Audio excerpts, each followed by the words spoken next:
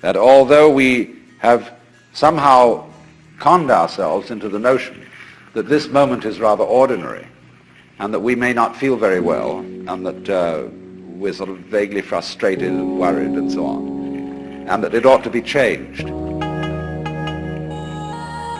This is it. So you don't need to do anything at all. But the difficulty about explaining that is that you mustn't try not to do anything, because that's doing something.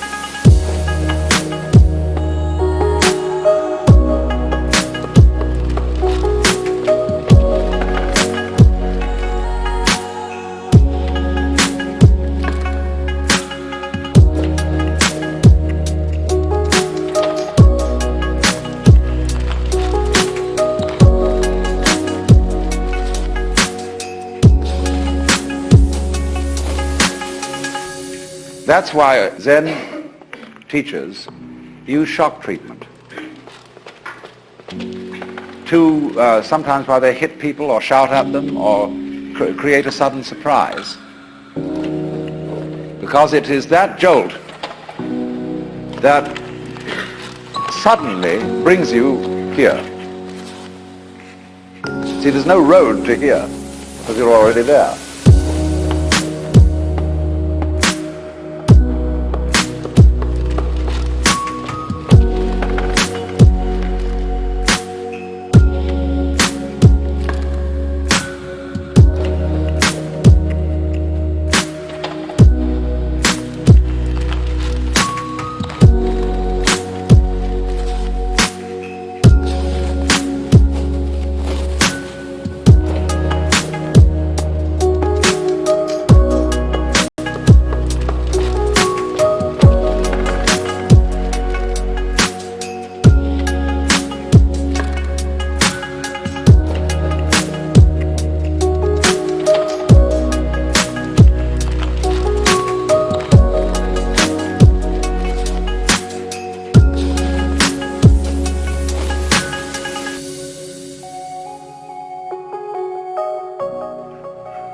If you ask me, how am I going to get here? It'll be like the famous story of the American tourist in England who asked some yokel the way to Upper Tuddenham, a little village. The yokel scratched his head and he said, "Well, sir, I do know where it is, but if I were you, I wouldn't start from here."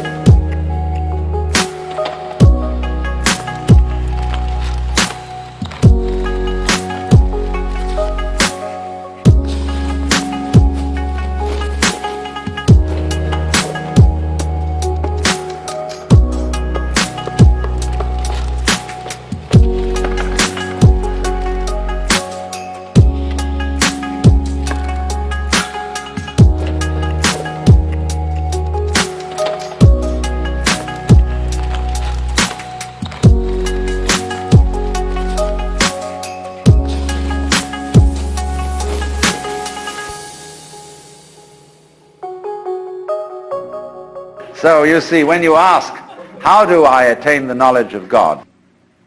How do I attain nirvana, liberation? All I can say is it's the wrong question. Why do you want to attain it? Because the very fact that you're wanting to attain it is the only thing that prevents you from getting there. You already have it.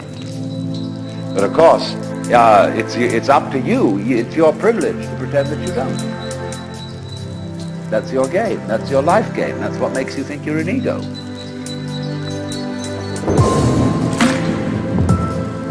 And when you want to wake up, you will. Just like that. If you're not awake, it shows you don't want to. You're still playing the hide part of the game. You're still, as it were, the self, pretending it's not the self. And that's what you want to do.